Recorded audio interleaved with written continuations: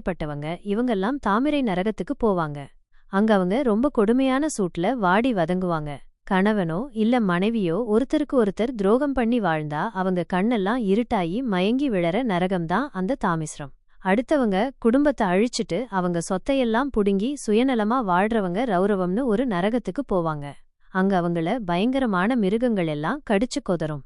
கருடன் கொஞ்சம் பயத்தோட கேட்டாரு, ஐயோ கொடுமையா இருக்கே பெருமாளே.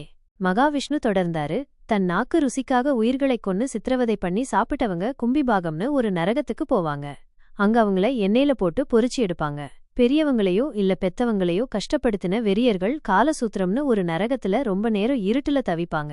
தன்னோட தெய்வத்தையே மதிக்காம தர்மப்படி நடக்காதவங்க அசிபத்திரம்னு ஒரு நரகத்துல கத்தி மாதிரி இருக்கிற இலைகள்ல நடந்து போவாங்க. நியாயமில்லாம அடுத்தவங்கள தண்டிச்சிட்டு அகங்காரத்தோட கொடுமை பண்ணவங்க பன்றிமுகம்னு ஒரு நரகத்துல பன்றிங்க முகத்தோட அலறிக்கிட்டு இருப்பாங்க. சித்திரவதை